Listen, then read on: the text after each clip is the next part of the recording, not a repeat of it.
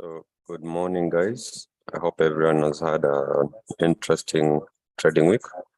Welcome to today's session of Market Snapshot. While I set up, can just confirm. While I set up, you can just confirm that you hear me by saying hi in the chat section. Yeah.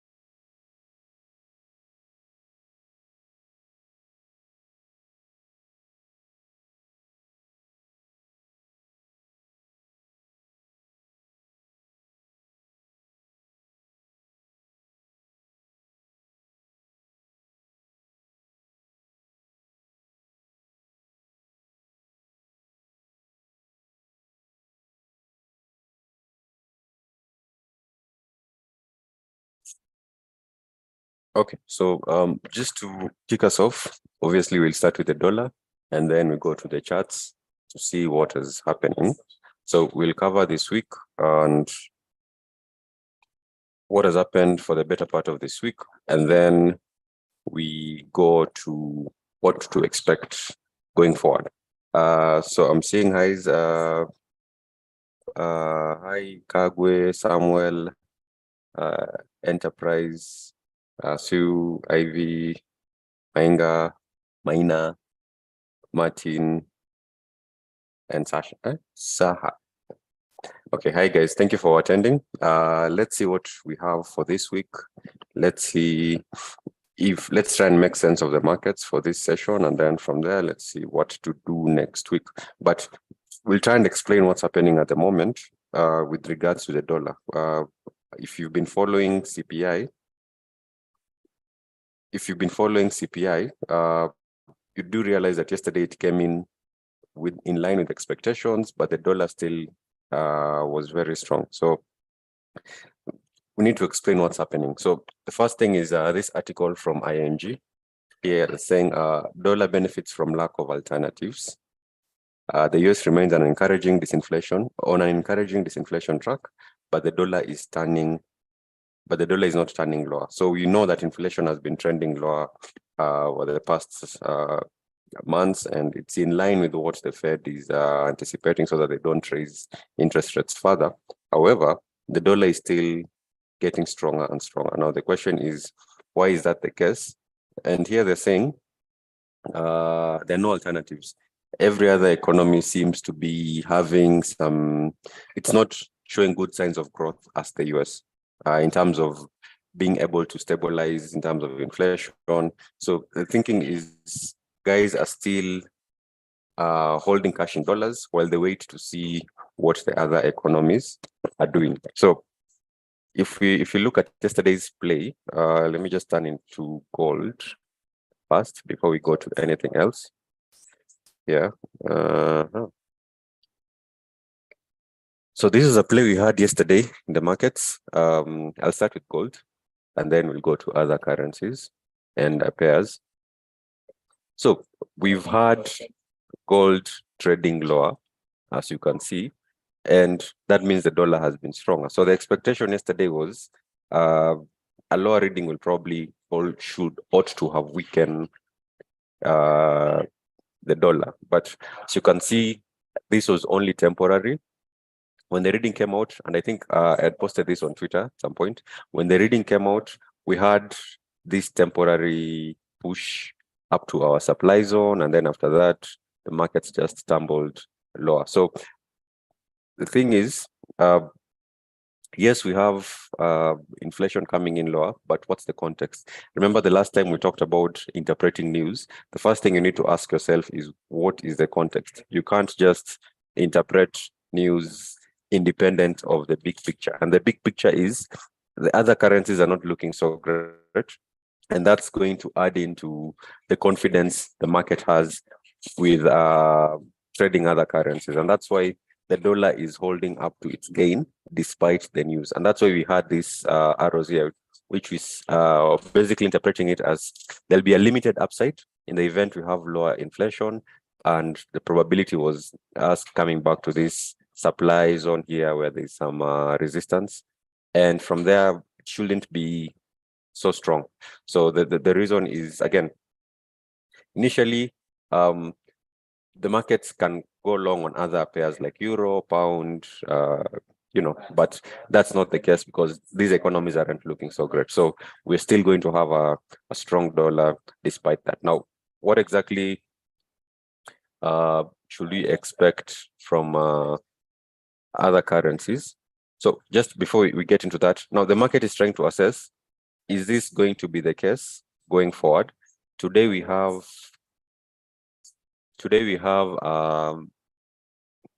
this is yesterday. Yeah, so today you have PPI and consumer sentiment report. So everything is just going to be in line with that story. If everything is in line with expectations, then I don't think we'll see a change in the current trend. And in line with expectations means if I see, for example, this is 0.0, 0.2, and a reading comes in as 0.3, it's still not a huge miss. So don't expect something like, or for example, 0.1. It's still not a huge miss because it's still in line with the whole story. So unless it's something dramatic, maybe 0.4 or 0. I don't know, negative or 0.0, that's when you'll have a huge reaction in the market. Remember, context is always important, and don't just jump into any news item thinking you're going to trade it as is, unless you understand the context in the market. And then we have consumer sentiment, which is again going to dig into that story of how strong is the US the level of resilience in the US economy. So those are things to watch out for before we go into the charts. Yeah, so that's pretty much it for sentiment. If you look at next week, I'm expecting, earlier this week, before we go to next week, earlier this week we had Chinese CPI, which affected Australian dollar and gold. So there wasn't quite much apart from the inflation reading yesterday that came out. So next week, it should be muted. Expect smaller impact announcements. This should be something you're interested in if you're trading New Zealand dollar, but it's good to know what the main theme is in the market. And for example, because we know things have been looking great, we kind of we know what to expect with things like FOMC meeting minutes. Yeah, we expect that the Fed isn't going to do another hike, considering everything has been going on smoothly. Yeah, so things like this you can expect them to happen. And ideally, you'd interpret this as then it's supposed to be a weaker dollar. The answer is not really. You still have to look at what the other factors are. So every time you're interpreting fundamentals and you realize your interpretation isn't in line with what the market is doing, then probably there's some information you are missing from that. So let's go to the charts from here. Okay, so I'll start with NASDAQ. It had a very smooth week. We just kept bouncing off these levels.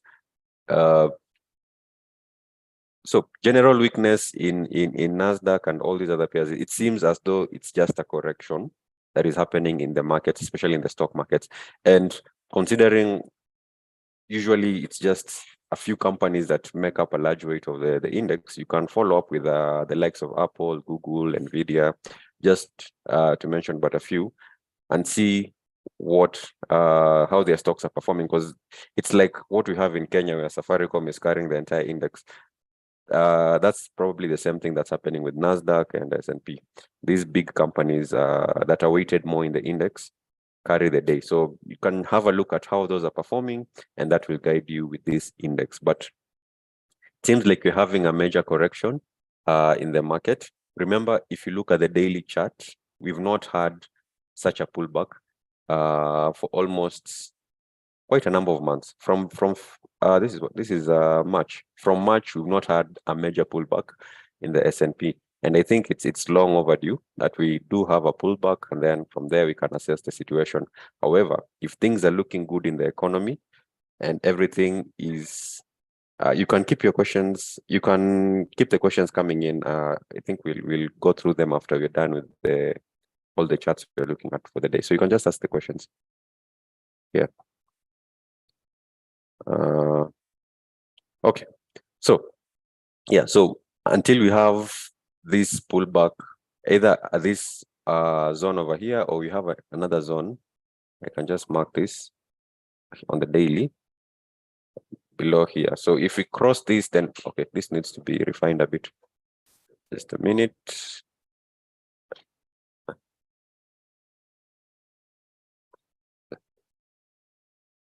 Yeah, so if we cross this level over here, our next target will be here. So something to watch out for. But remember, it's kind of weakening.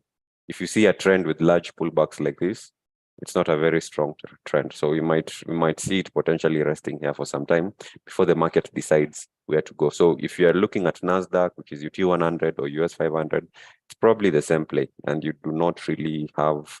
You can just wait for reversal, because if I'm looking to trade this, I wouldn't chase prices into this level over here.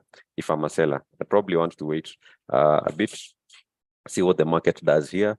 And if you break lower, then that's when I'll be looking for sales lower to this point. Remember, we've not had a healthy pullback in these indices for a really long time, so it's long overdue with that. Next, we have USD JPY. With this one, remember, we say the story of having a limited upside because they're more focused on the currency market. So if you go back a bit, you can see where they first did the intervention. This was way back in November here. So the higher USD JPY goes, the higher the risk of Japan or the Bank of Japan coming back and buying Japanese yen to take this lower. So the higher this trends, the higher that risk. So that is something worth noting as you are trading or as you're looking for longs. Remember, the story is dollar is still strong, so we are seeing uptrends. So if this thing continues trending as it is, then it's posing a risk of a major pullback lower, because the Bank of Japan is likely going to intervene as it did last time there, over here in November 9th, around November 9th, when you had this sharp drop downward. So that's something to watch out for. And it seems like we have a very good opportunity to look for reversals in this trend. So you can use market structure, you can use indicators to see if you can find reversals here, because the higher we go, the riskier it is that we're likely going to remain high with a USD JPY. So keep that in mind. We have GU. So yesterday we were doing analysis with the guys here, and we had this symmetrical this triangle formation over here, and we did break it, seem to be retesting it. I wouldn't be in a rush to look for shorts here though, because we still have this imbalance over here. So probably want to, if my theme is strong dollar, I probably want to wait it out until here. But as long as this one is rising sharply, then there is a good possibility to get a short back lower. So that's another one. There's a question about AUD USD in the charts. Where is it? Yeah, so AUD USD is very tricky to trade, especially because it trades at very illiquid times. So you can see that usually in the morning, that's when it trends a lot. and it can really be a shocker if you're holding trades overnight and it's AUD that you're holding. But probably when you're looking at to trade AUD, first off, your weights when you're looking at fundamentals, I think 50% should be the dollar, and then the other 50% is actually not 20% China, then 30% what is happening in Australia, because those two are going to go hand in hand in terms of how they affect Australia. Remember, China is a big trading partner with Australia, so whatever happens in China, you should be monitoring it closely with what is happening with the Australian dollar. So it's going to give you clear understanding with that. Also gold, which is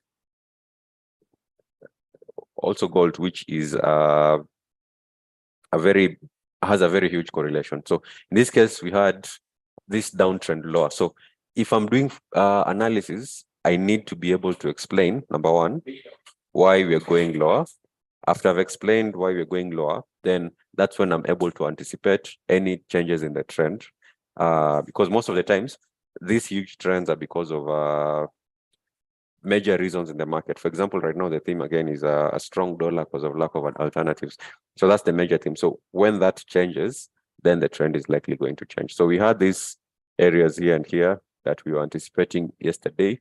And it seems, I didn't even look at this chart yesterday. Yeah, so we hit our levels. I think we marked these ones from last week. We hit our level, this zone over here, and then we just came back down. So there is that reluctance of people selling off dollars to buy other currencies. It's clearly shown. Now there are two options going forward. Yeah, we either continue seeing a strong dollar, or we either see a sideways range bound market as the market, our traders decide where to go to next. So those are the most, actually the range scenario is the most likely scenario to occur, where you just continue going in a range until you have something much clearer, because there's a lot of pushback against the idea that the dollar should be strong fundamentally, because you expect, again, the Fed to not raise interest rates. So let's see how it unfolds. But at the moment, I'll still be looking for shorting opportunities in these pairs. If I see any unusual moves higher, then I'll look for reversals on those moves. So that's how I'm looking to see the play. So again, use your technical analysis as usual. Don't just rely on this information to make the best judgment. Okay, USD card. Not really looked at this one in a while. This is what we marked last week.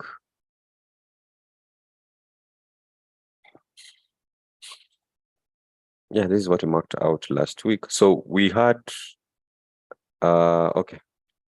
Again, so sometimes, for example, yeah, so all these levels, we had marked them last week. So this one ideally failed to reverse from this point. So you can see these other ones where we marked them is where they reversed. You have just a minute.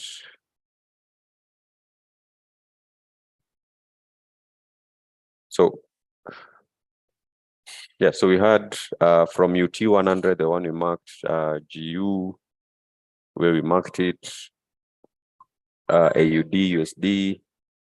Now USD card, anytime, for example, if I'm attempting to be short, obviously I'll have tight stops, because not all your plays are going to fall in line with what you're anticipating. So it's always good to use tight stops when you're trading these areas. So now you're seeing dollar breaking higher, and you're sort of retracing this area. So it's the same area, only that now it's opposite. Yeah, so again, play is the same. We expect a stronger dollar. So in that case, what do I mean by a play? So for example, if I see an unusual move downwards and there's no news, there's no nothing, that's what I'm usually looking at. If there's no news, there's no it's not even there's no strong justification for it, then I'd be looking for reversals at key areas. So whether you're using supply zones or demand zones or support resistance, usually you're trading inefficiencies, and that's an inefficiency when something moves without an explanation, like this move here, then it's likely going to correct. in the other direction. So in this case, I'll be waiting for unusual moves also with this one, but I'm majorly looking at gold. Same thing with Euro USD, same play. These ones we had marked from last week, came to our level nicely, went back down.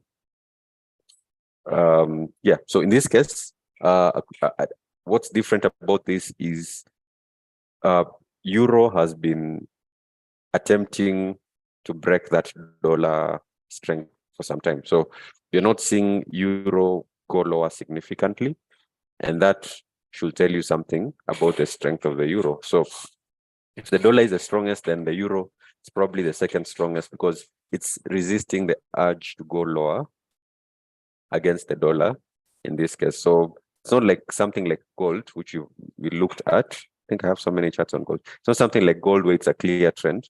Euro is very sideways. So that's the thing you're saying about you're more likely going to see other currencies attempting to remove gains from the dollar going forward. So in this case, what else will I be looking at? Now, this is going to be tricky because there is no clear direction with Euro. There's no clear direction with Euro. So I'm likely going to either just look for imbalances as we did here yesterday, or we just leave it out until something clear occurs in the market. Yeah, okay. Gold, I had this chart here. We started with it. We started with this chart for gold. So again, anything pushing higher, we look for shorts from there. So that's one thing to keep in mind. Okay, something else interesting that we rarely talk about is oil. So I was trying to see what oil has in store. But before I go to oil, I think it's a good time to look at the questions. So will PPI determine the strength of the dollar? Considering how muted CPI was, again, CPI came in and the dollar didn't even weaken. You know that, for example, here, I'll go back to even Euro USD. If you look at Euro USD, we had a lower reading in some of those CPI readings yesterday. Yeah. What happened? Instead of dollar being really weak, it was very temporary, and then we came back down. So if CPI didn't budge the dollar, PPI, which is not as important as CPI, would probably also have the same effect of not budging the dollar in that case. So probably going to have a muted reaction, and then from there we'll just resume the overall trend. If it was a downtrend, then we'll probably just see it going low as usual. So again, when the context in the market right now is we're starting to shift our focus from inflation, and the market is starting to get inclined to growth and how these economies are growing. So the past 2 years, the major story has been inflation. NFP hasn't been that impactful on the charts as things like inflation have been for the past 2 years. Yeah. So now we are starting to see a slow transition from inflation being the most important reading, things like producer price index, consumer price index, PPI and CPI, to growth. So we are gradually moving to that direction. So I don't know how long it's going to take, but sooner or later, things like NFP will have a huge or a bigger impact in the market than CPI. Because now we are done with the whole inflation story, especially in the US. That is not these other economies, especially in the US. It seems like inflation has been tamped down, and now it's time to think about growth in the economy. So that's one thing to look at in line with the bigger picture. And that's why we think with regards to CPI and PPI, unless it's very extreme, unless PPI comes in at a very extreme number, I don't think it's likely going to have that big of an impact on the markets. So I hope that answers that question. How do you determine the targets? Okay, so usually personally, I just trade supply and demand zones. For example, this area over here, this is where we started buying. So I'll mark the last candle as a region like that. And then when I see an unusual move like yesterday we had this going higher, and we know that the dollar isn't going to react that much to the news. Actually, gold was a better explanation. Let's go to gold. Yeah. So gold, we had a downtrend for the longest. So I'm answering the question on how to determine profits. Gold was on a downtrend for a couple of months right now. Yeah. So that means anything in line, any news in line with this trend is likely going to push gold lower. Any news that comes out and isn't in line with this is going to have a limited upside effect, and then you're going to just go back to the normal trend, especially if it's very close to the expected reading. So inflation came in, it was lower. Gold was supposed to be strong, but remember the context is the overall market is dollar is stronger. So that means that report was, yes, it's going to be strong, but it's going to have a limited upside, and that's why I had marked this zone over. Actually, was it this one? This is H4. Yeah, so I had marked this candle on H4, this one here, and coupled with I think there was a level here, and that's what we're looking to see if we're going to get to this point, and then we just look for reversals from there. That was yesterday. So that's how I determine entry points. A combination of imbalances and balances. If I see a strong trend in one direction, then we're likely going to have a reversal. So if this was a strong trend in one direction without major pullbacks, then the market is likely going to reverse on it. That's usually the play we have here. So it's something you can go research on your own. In this session, you're just looking at what to expect. What's your view on GJ? Okay. So before I go to GJ, because I don't think it's on my charts here. Is it? I don't think it's here. Okay. Before I go to GJ, let's look at oil. And then today we're going to do a lot of speculation on natural gas. So buckle up for those ones. Okay, just a minute. Pull up that chart.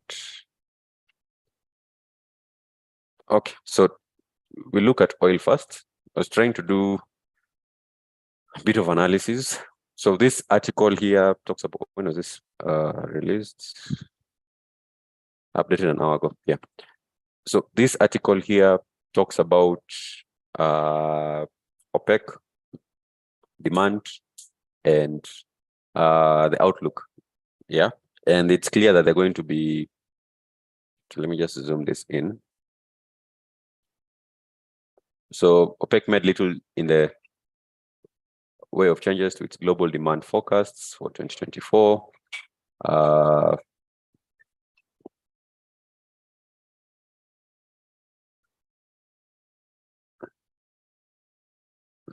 Where is it?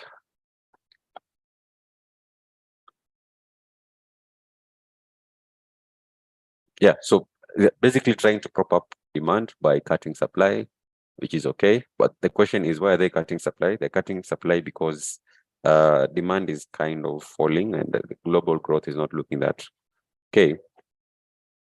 So having rallied earlier this week following supply risks. Okay. Yesterday. Okay. So before we talk about natural gas, let's talk about oil. If we go back to this oil chart here, so the thinking is we'll have global demand for oil not so great. So let me just see where this one is. Oh yeah, US oil. Yeah. So the big picture is we had defined this range over here. And we say that generally speaking, we don't see oil going too high because global demand is not looking so great. So a way to measure growth is you can look at other things or other sectors that proxy growth. For example, raw materials. and what is it called? Is it an MSCI, the global index for stocks? So those things you can use to proxy on average how is the whole world performing in terms of growth. Having said that, we define this range here, and this is on the weekly chart. So we've been between that range, and because of the news recently, we trended higher a bit, but still the thesis remains the same. We are likely going to continue being in a range, and if we do break this region over here, then this is going to be the higher limit, this other price of 90. I don't think it's going to get to 90, but that should be an area to watch out for. Let me just lower this to 85. Yeah.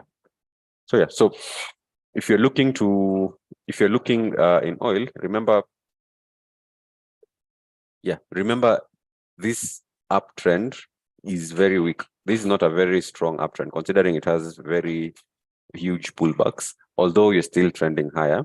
I'll be interested in seeing if you're able to, at any point in these key areas, key price levels, if you're able to have a change in structure, just slightly, at any point. So be it at 85, at 84, or where we are at the moment, if we can change structure and head lower before the next meeting, then I think it's a good area to look for shorts in terms of oil, because I don't think this trend is sustainable unless there's news that comes out with that. So on the speculation bit, we go to natural gas, and we have been trending higher. So here's where geopolitics come in. We know of the situation in Niger, and we know of the situation in Russia. Remember, the other gas pipeline was blown up earlier in the year. Was it this year or last year? And that cut off some of the gas supply. And the thinking was that now you're going to channel some of that gas through Africa, in West Africa. And some of it was, the pipeline was passing through Niger, the alternative gas pipeline. So in that case, because now we had whatever is happening in Niger, that plan is not happening. So going forward, you might want to see what happens in the natural gas market and whether threats to supply shocks are going to make natural gas go higher. I'm usually not a big fan of speculating on global themes, but that can be interesting to see how it plays out. So I don't have a clearer chart for natural gas, but let me see if I have anything interesting. Let me head to TradingView with this. Just a minute. So usually natural gas has the most interesting chart. If you just go study it, the long-term chart is very interesting. So we have a futures chart. I think the previous contract had expired. Let's see. Just a minute. Will you move to GJ?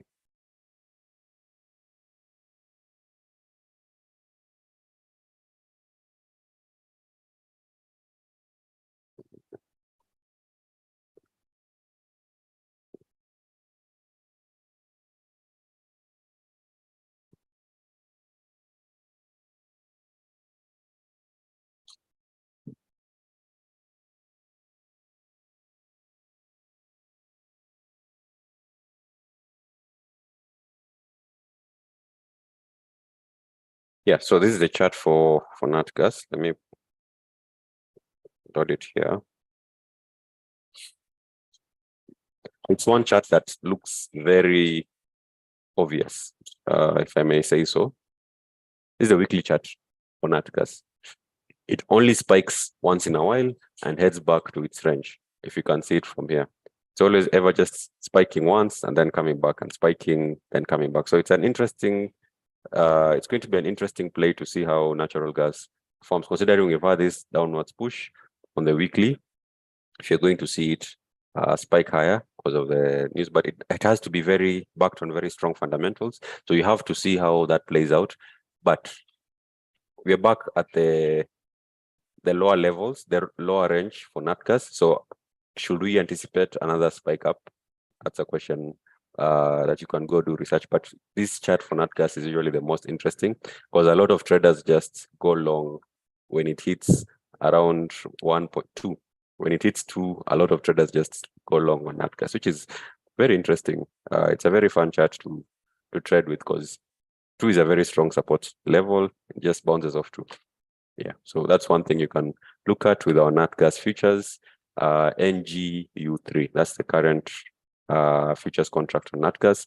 Do more research on it before you decide to play around with it and look for setups there. So let's go to GJ. Let me use this chart. GBP, JPY. Okay.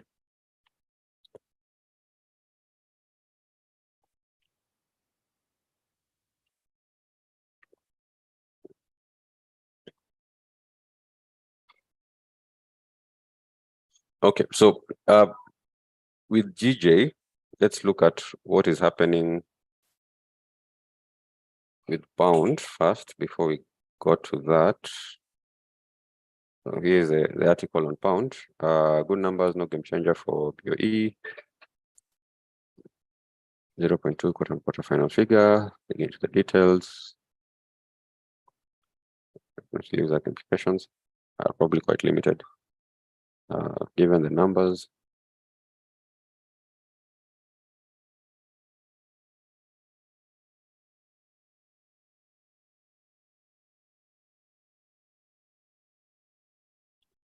Okay, so they're saying, okay, now I have to go and probably look further back into especially the UK economy, but from this and from the trend in pound, this is pound, where we've been holding off, I'd say the play will be to look at how USD JPY reacts.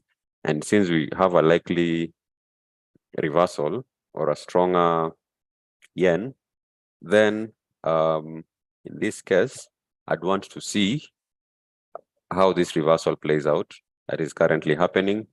And because we started buying off from this level, I'd want to see how, if we have any chance of getting back to this level over here as a reversal. Yeah, because we have this major resistance here, and the weak here. So technicals and fundamentals seem to be like, if we see a stronger Japanese yen, then this one is also likely going to reverse, considering the other one is in a range, then we can see it head lower. And that applies also for Euro JPY. Yeah, because both GU and EU are in a range, and that Japanese yen is looking very volatile today. So we might want to use it to play out UJ and GJ in that case. All right.